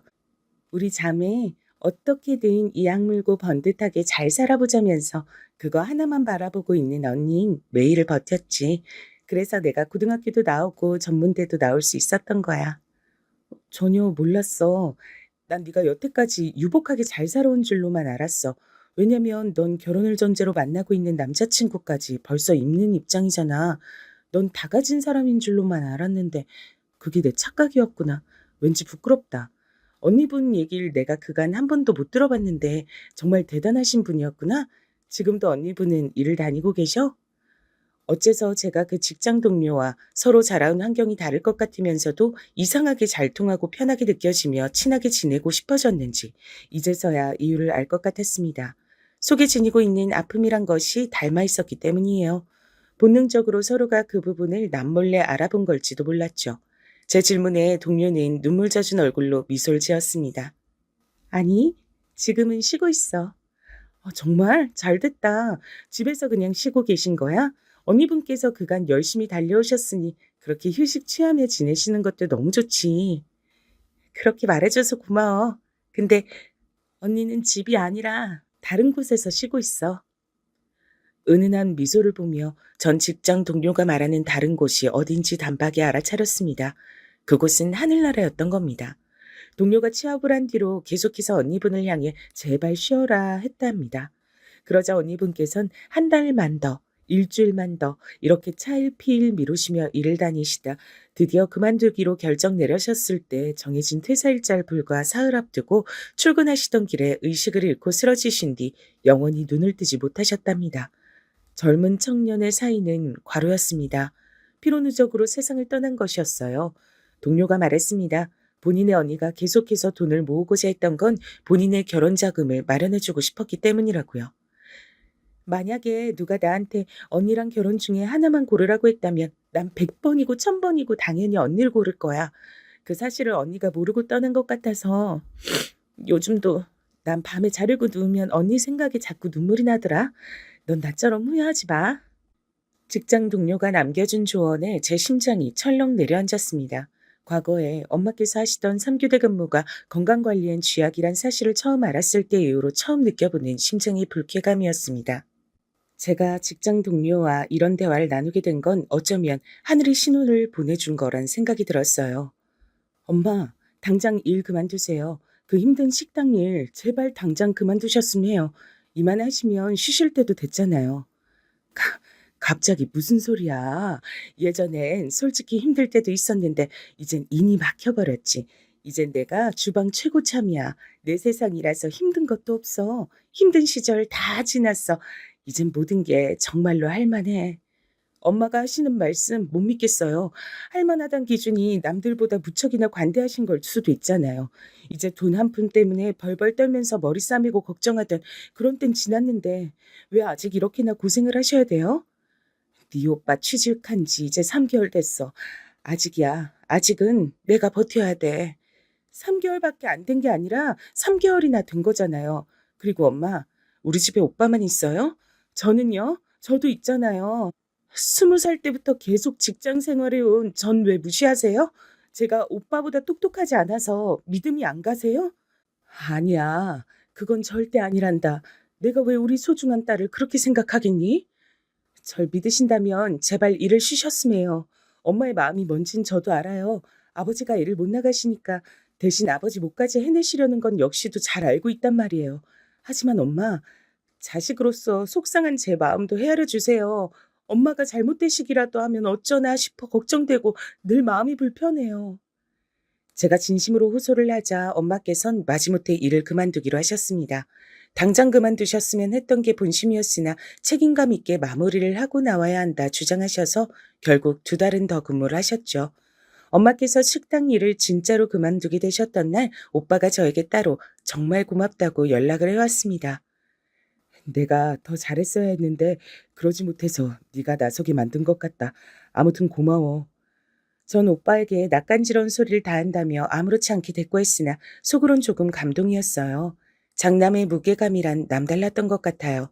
아버지의 사고 이후로 오빤 본인이 조금이라도 스스로의 기준에 못 미치거나 실패라면 크게 스트레스를 받았습니다. 어떻게든 본인이 해내야 한다는 압박감을 가지고 있었죠. 바로 그 점 때문에 오빤 결혼이라는 것마저 두려워하며 망설였습니다. 건강 문제 때문에 예상보다 졸업까지 오래 걸렸고 이모저모가 있긴 했으나 결국은 나름 괜찮은 회사에 자리를 잡은 오빠였습니다. 그런 인물이 결혼에 회의적인 게 이상해서 친정부모님께선 슬슬 걱정을 하셨고 제가 나서서 한 번은 대놓고 물어봤었어요. 그랬더니 오빠가 저에게만 속내를 밝히겠다고 하시며 이렇게 대답을 하더군요. 나는 우리 부모님을 최고로 잘 모시고 공경해줄 여자하고 결혼하고 싶은데 그런 여자가 과연 있을까? 설사 그런 여자 같아서 결혼을 한다고 해도 만약에 속으로 몸이 불편하신 우리 아버지를 욕하거나 귀찮아하면 어떡하지? 마음 여리신 엄마 머리 꼭대기에 서려고 하면 그건 또 어떡하고. 가장 걱정되는 건 내가 꾸린 가정을 더 중요시하게 될지도 모르는 내 자신의 변화야. 그게 너무 끔찍하다. 그런 불효는 저지르고 싶질 않아. 듣는 것만으로도 왠지 숨이 턱 막힐 것 같았어요. 얼마나 많은 고뇌를 하며 살고 있는 것인지 저도 고군분투하며 살아왔다고 생각했지만 오빠에 비하면 못 미치는 듯 했습니다. 그리고 무엇보다 오빤 저를 먼저 결혼시키고 싶다고 했어요. 제가 어떤 놈하고 결혼하게 될지 모르니까 우선은 결혼 자금을 일정 수준으로 마련해 놓는 게 필수인 것 같다고 본인은 그렇게 생각한다 그랬습니다. 제가 결혼해서 안정적으로 행복하게 잘 사는 것까지 봐야 본인의 결혼 문제를 진지하게 그때 가서 고려해 보겠다고 하는 말에 제가 두 손 두 발을 다 들었죠. 왜 우리 집엔 자꾸 우울하고 힘든 일들만 일어날까 생각하던 때도 있었는데 그럼에도 우리 네 식구는 서로를 항상 생각하는 마음만은 변치 않았구나. 어쩌면 그 어떤 집보다도 축복을 받은 걸 수도 있겠어. 이런 식으로 생각하니까 갑자기 마음이 따뜻해지고 내 인생을 행복하게 개척해 나갈 수 있을 거란 자신감이 생기네. 새삼 가족의 존재가 소중했습니다. 아버지께선 달을 절긴 하셨고 30분 이상을 연속해서 걷는 건 무리였으나 어쨌든 대단한 재활을 거친 끝에 휠체어 없이도 당신께서 스스로 움직일 수 있게 되신 상태였습니다. 천천히 일어난 변화는 기적 같았죠. 포기하지 않으신 아버지께서도 세상 감사한 마음이 들었던 것 같아요. 한결같이 엄마를 향해 고마움과 미안함을 동시에 표현해 오신 아버지께서 계셨기에 엄마 또한 힘든 걸 힘들다 하지 않으시며 굳건히 버티고 일을 하셨던 게 분명했고요. 제가 직장 동료의 조언을 듣자마자 엄마께 식당 일을 그만두라고 강하게 말씀을 드렸던 것, 그것은 가히 신의 한 수로 밝혀졌답니다. 일을 완전히 그만두시고 난 뒤에 받아보셨던 건강검진에서 큰 이상이 발견됐기 때문입니다. 만약 계속 일을 하고 계셨다면 혈관이 막혀 크게 잘못되실 수 있었어요. 그런데다가 초기 암 환자이시기도 했습니다. 무사히 조치를 취해서 엄마께서 나으실 수 있었던 것에 온 가족이 가슴을 쓸어내렸죠. 치료를 다 받으신 뒤 엄마께선 자꾸만 뭘 하려고 드셨어요. 일을 안 하니까 어색하다고 하셨습니다. 그냥 편하게 쉬면 좀이라도 쑤셔요. 아버지랑 규칙적으로 산책 다니는 코스라도 만들면서 지내세요. 아니, 사실은 그게 아니고 쉬면 불편해서 그래. 그 말씀에 눈물이 핑 돌았습니다. 이런 면에서 오빠와 엄마 두 사람이 닮아 있었어요. 왜 불안해요? 자식들이 둘 다 직장 다니는데 뭐가 불안하세요? 그래도 아직 물가에 내놓은 자식들 같아. 둘 다 결혼을 아직 안 했으니까 그런가? 마음 같아선 둘 다 얼른 결혼을 했으면 싶지만 욕심은 안 부리련다. 뭐든지 욕심이 과하면 안 되니까. 그리고 나나 네 아버지가 너희들 결혼에 걸림돌이 될까 봐 미안하고 민망해. 걸림돌이라니 말도 안 되는 소리였습니다. 오빠가 제가 먼저 결혼하기 전까진 절대 결혼 안 한다고 한 걸 부모님도 아셨어요. 직장 동료가 자기 언니와 결혼 중에 자기를 고른다는 말처럼 전 우리 가족과 결혼이란 선택지가 있다면 무조건 전자였죠. 특히나 부모님을 낮잡아 보는 남자라면 차라리 안 만나는 게 낫고요. 그래서 결혼이 간절하지 않았고 다만 부모님께서 자식이 결혼하는 모습을 보고 싶어 하시는 게 마음에 걸렸죠. 그런데 저의 조건을 비웃지 않으며 저와 결혼하고 싶어 하는 남자가 생길 줄은 몰랐습니다. 건너 지인을 통해 처음 인사를 나누게 됐을 때까지만 해도 설마 결혼하게 될 거라고는 상상을 못했어요. 남편은 객관적인 조건이란 것에서 하나부터 열까지 다 절 월등하게 앞서는 사람이었거든요. 그래서 결혼은 무슨 연애 이응자도 머릿속에 안 그려봤건만 인생이란 건 알 수 없었습니다. 남편은 인상도 그렇지만 매사에 무미건조했고 세상사에 뭔가 관심도 없어 보였어요. 따로 좋아하는 건 축구 보는 거, 축구 게임하는 거 두 가지뿐인 듯 했고요. 이런 남자가 저와 결혼을 원한 것에 배경이 있었다는 것을 알게 된 건 결혼 이후였습니다. 어쩌다 보니 번갯불에 콩 구워 먹듯이 하게 된 결혼이라 이전엔 이유를 알 길 없었어요. 참고로 결혼 얘기에 부모님께선 반색하셨고 제가 결혼하면서 딱히 돈 크게 안 들어갈 것 같다니까 오빠가 화들짝 놀랬죠. 결혼이 금방 진행됐습니다. 전 이전에 남편이 만났던 여자가 있었는데 결혼 직전까지 갔다가 파혼했더라고요. 남편 여동생, 즉 저의 시누이가 그 이유를 제멋대로 나불거렸습니다. 그 언니는 싸가지가 바가지였어요. 아주 약간 사는 집 딸내미였거든요. 그래봤자 원래 부자는 아니고 벼락부자, 졸부주제에 고상한 척은 얼마나 하던지. 그분 성격이 별로라서 파혼까지 갔던 건가요? 말도 마세요. 신혼집 매매 아니고 전세로 구했다고 지랄지랄. 30평대 아니고 20평대라고 지랄지랄. 예식장이 호텔이 아니라고 지랄지랄. 결정적으로 혼인신고 안 하고 살다가 애 생기면 그때 혼인신고할 거고 수틀리면 이혼하겠다 그래서 그 지랄지랄만큼은 못 참은 우리 엄마가 난리 나신 거죠. 그 언니한테 세게 한마디 했다가 그거 갖고 또 그 집안 식구들이 눈 뒤집고 시끄럽게 돼서 하여간 그러다가 파혼했던 거예요. 과정이 그러했으니 파혼하기 전에 감정은 식어 있었고 남편은 그 여자에게 질릴 대로 질린 상태였다고 합니다. 그런데 절 보자마자 이 여자다 싶어 바로 결혼까지 해버린 것이었죠. 전 남편이 그 여자와 살려고 준비했던 신혼집에 들어와 살고 있던 거고요. 당연하게도 시댁은 친정보다 형편이 넉넉했는데요. 시부모님께서 이혼하셨고 시어머니 혼자 남편과 시누이를 키우셨기 때문에 시아버지께선 안 계셨습니다.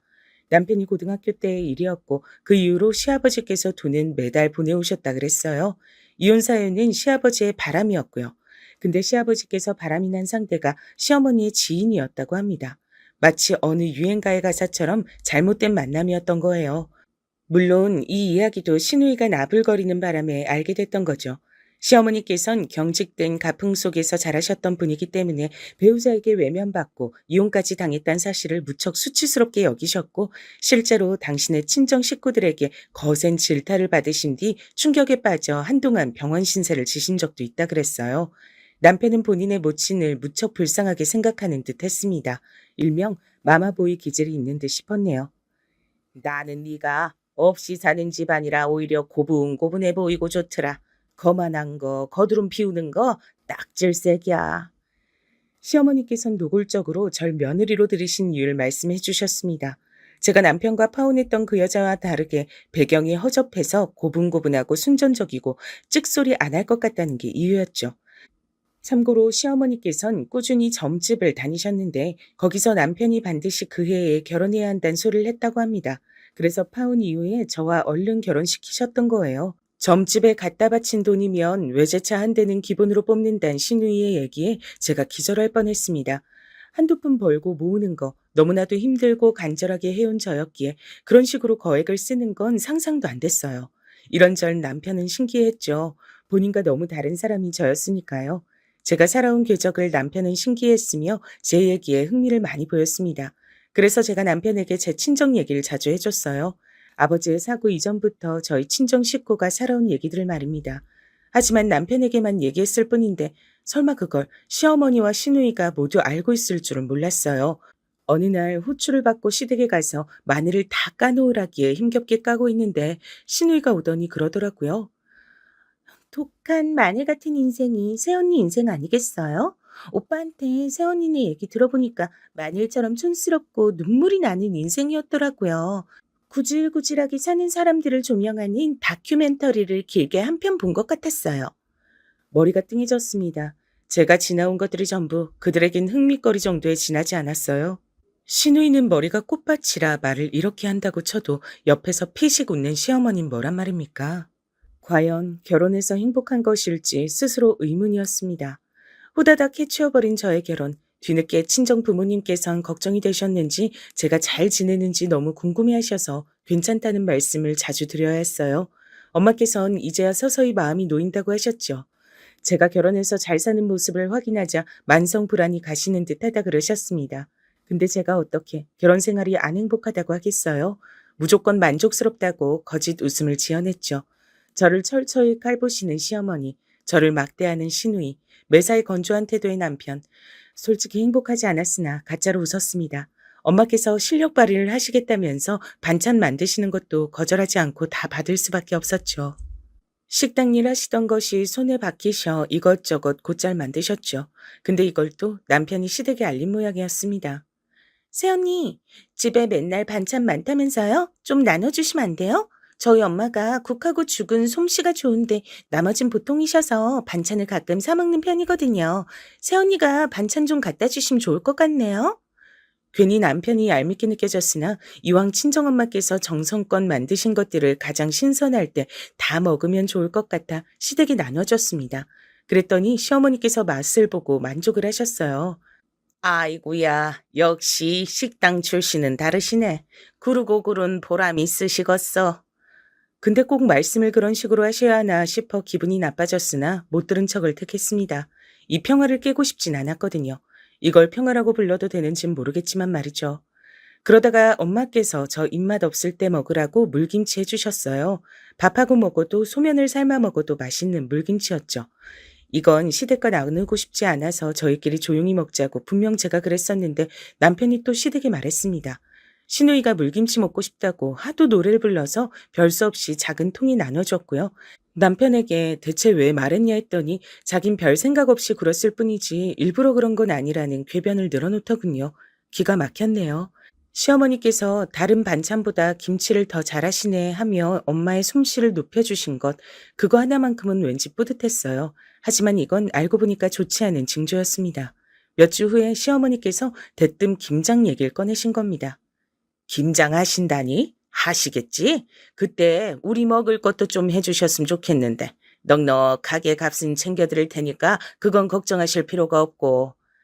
그렇게까지 콕 찍어서 김장 얘기, 돈 얘기를 하시니까 어쩔 수 없이 친정엄마께 이러이러한 요청을 받았다고 전달은 해드려봤어요. 그랬더니 엄마께서 아주 흔쾌하게 수락을 하시는 거예요. 제 시댁에 당신께서 도움이 된다면 그것으로 즐겁다고 하셨습니다. 가슴이 뭉클해졌고 역시 엄마가 최고란 생각이 들었어요. 그러고 나서 김장철이 다가오기 시작할 때였습니다. 시어머니께서 저에게 봉투를 내미셨죠. 김장값이라고 하셨습니다. 후불아니고 선불로 챙기는 것 봐. 내가 이렇게 센스가 넘치는 사람이란다. 김장은 더도 말고 덜도 말고 100포기 정도만 부탁할게. 네? 100포기요? 어머님하고 아가씨하고 입이 두 갠데 100포기라뇨? 그렇게나 많이 해요? 쟁여놔야 되고 여기저기 갖다 줄 곳도 많아. 이왕지사 김장하는 김에 100포기 하면 되잖아. 뭐가 그렇게 어렵대니? 아니, 친정엄마 혼자 사시는 거고 기껏해야 제가 같이 할 텐데 어떻게 100포기나 할 수 있겠어요? 왜 안 돼? 식당 출신이신데 뭐가 불가능해? 어이가 없어 일당 봉투 안을 슬쩍 봤는데 제가 바로 고개를 갸웃했습니다. 금액이 단박에 가늠이 됐거든요. 놀라서 저도 모르게 지폐를 꺼내봤고 30만 원이란 걸 확인했습니다. 어머니, 김장 100포기 받고 싶으시다면서 30만 원이요? 설마 이게 전부예요? 참나, 설마 돈을 더 달라는 거야? 양심이 있어야지. 양심이라뇨. 어머님께서 100포기 하라고 말씀만 안 하셨어도 전 이 금액 가지고 뭐라고 말씀드리지 않았을 거예요. 하자 있는 집안 주제에 언감생신 우리 집안하고 사돈 맺었으면 두고두고 그쪽이 이등인데 뭘 그렇게 따져? 어머님, 말씀이 지나치십니다. 얘 좀 봐라. 너 슬슬 싸가지가 없어지려 하는구나. 난 그런 거 딱 질색이니까 고분고분하게 굴어 착하게. 말이 안 통하더라고요. 속이 부글부글 끓었고 전 그날 밤 남편에게 시어머니와 있었던 일을 전해줬어요. 그랬더니 남편이 보인 반응이 가관이었습니다. 우리 엄마 욕하지 마. 마마보이라고 진작 느끼고 있긴 했지만 너무 실망스러웠어요. 저한테 또 하던 말이 친정엄마께선 100포기를 공짜로도 해주고 싶어 하실지 모를 일인데 왜 제가 멋대로 혼자 미리 짜증을 내고 있냐며 저보고 성질이 더럽다 그랬습니다. 당신은 나를 존중하긴 해? 자기 처가에 대한 존중이란 게 있기나 해? 이상한 소리를 하네. 존중은 내가 하는 게 아니라 받는 입장이지. 제발 피곤하게 굴지 마라. 제발 조용히 살자. 오만한 남편의 발언에 충격을 받았습니다. 그러면서 절 향해 보여주던 그 눈빛은 그래봤자 네가 어쩔 건데 하는 기색이었어요. 시어머니와 마찬가지로 남편 역시 자기네들 쪽이 월등하고 우세하니까 전 발표도 꿈틀하면 안 되는 지렁이로 치부했던 것입니다. 밤새 열받아서 잠이 안 왔어요. 이틀 고민하던 전 다이소에 가서 5천 원 주고 김치통 하나 샀습니다. 그거 들고 시댁으로 갔어요. 어머님, 미리 김치 맛 좀 보셨으면 해서 가지고 왔어요. 아주 잘 됐거든요. 그래? 역시 식당 출신이라 빠릿빠릿하신가 보네. 구르고 구른 사람은 역시나 달라. 맛보기 김치까지 준비하다니. 시종 기질이 다분하시구나. 너무 마음에 들어. 시어머니께서 즐거이 콧노래를 부르시며 제가 식탁에 올려놓은 김치통을 열어보셨죠. 그리고 그 안에 든 길에서 주운 커다란 돌 2개와 제 도장이 찍힌 이혼 서류를 보시곤 말문이 턱 막히셨습니다.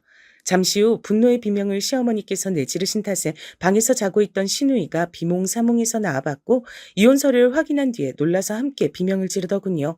그 모습을 보며 전 뿌듯하게 신발장으로 향했어요. 역시나 이혼을 당하신 것에 트라우마, 콤플렉스가 있던 시어머니께선 이혼에 저토록 충격을 받으실 줄 알았습니다. 예상대로인 것에 웃음이 나왔네요. 이혼? 이혼만은 안 돼. 네가 뭔데 건방지게 내 아들하고 이혼을 하겠단 거야? 감히? 저한테 하신 짓 보면 충분히 이혼 사유가 될 것 같던데요. 그러니까 그냥 깔끔하게 이혼하는 쪽이 서로에게 편할 것 같습니다. 소송으로 가면 너무 구질구질하잖아요. 시어머니께선 제가 괘씸해서 미치려고 하셨고 시누이가 저한테 당장 잘못을 사과하라며 소리를 질러댔습니다. 상대할 가치조차 없었죠. 제가 이혼 서류에 도장을 찍어서 준비했던 것을 알게 된 남편은 저에게 단호하게 말했습니다. 잠깐 흥분해서 판단력이 흐려진 모양인데 머리 식히고 정신 차려. 당신 같은 여자가 어떻게 나 같은 남자와 먼저 이혼을 하겠다 그래? 정신이 완전히 나간 거지. 진짜로 정신이 나간 건 남편 쪽으로 보였습니다. 저는 일부러 남편의 말에 어느 정도 수긍을 하는 척해서 방심을 시킨 뒤 이튿날 용달을 불러 제 짐을 몽땅 신혼집에서 뺐습니다. 이혼을 결심한 것, 신혼집을 나온 것, 전부 친정 식구들 앞에서 고백하게 됐죠. 섣불리 결혼을 해서 이런 상황을 만든 것이 부끄럽다고 진심을 다해 말했습니다. 그러자 부모님과 오빠 모두가 눈물을 글썽이며 고개를 저었어요. 아니야, 우리 딸 미안해하지 마. 넌 늘 잘해왔고 잘못한 건 없었어. 지금도 마찬가지야. 이제 내가 변할 때가 온 것 같구나. 더 이상 자식들의 결혼 문제로 일이 일비하지 않으련다. 너희들은 살고 싶은 인생 마음껏 살아. 부모 눈치 보지 말고 부모 우선시하지 말고 너희가 진짜 주인공인 인생들을 살아라.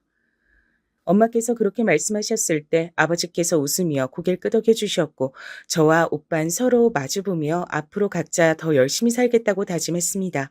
제가 뒤도 안 돌아보고 떠나버린 것에 남편은 거품을 물었었죠. 도대체 왜 본인이 저 같은 여자한테 버림받아야 하냐고 하면서 자존심에 큰 상처를 입은 모양이었어요. 시어머니께선 눈이 돌아서 저희 친정을 향해 저주까지 날리셨습니다. 이 지옥 절대 안 잊을 거야. 네 집안 식구들은 다 망할 거고 넌 2번 다시 결혼도 못하고 처녀 귀신으로 죽을 거야. 정말 제정신이 아닌 분이셨습니다. 이혼하길 정말 잘했다 싶더라고요. 그분의 저주는 하나도 안 통했어요. 제 직장 동료 있잖아요. 그 직장 동료의 남편이 본인의 오랜 지인을 저에게 소개시켜줬는데 인연을 만나보고 너무 좋아서 결혼했습니다. 지금의 제 남편이죠. 시댁 식구들도 전부 다 잔잔한 호수 같은 사람들이에요. 어디든지 다 같이 가면 꼭 친정 아버지부터 배려해주는 사람들입니다. 제 친정 식구들을 최우선으로 존중해주는 고마운 존재들이라서 저도 자연스럽게 시댁의 헌신적인 사람이 됐네요. 전 남편 그놈은 재혼을 했다가 1년도 못 채우고 이혼했다 들었습니다. 그럴 줄 알았어요. 시누이였던 걔는 이날 이때까지 결혼 못했고 놀라운 건 취업도 못해서 아르바이트를 전전하고 있는 것으로 알고 있답니다. 그 남매의 모친께서 진작에 뒷목 잡고 쓰러져서 화병 걸리실만 했죠. 아무래도 나쁜 마음을 가지셨던 탓에 그 저주가 스스로에게 돌아갔나 봅니다.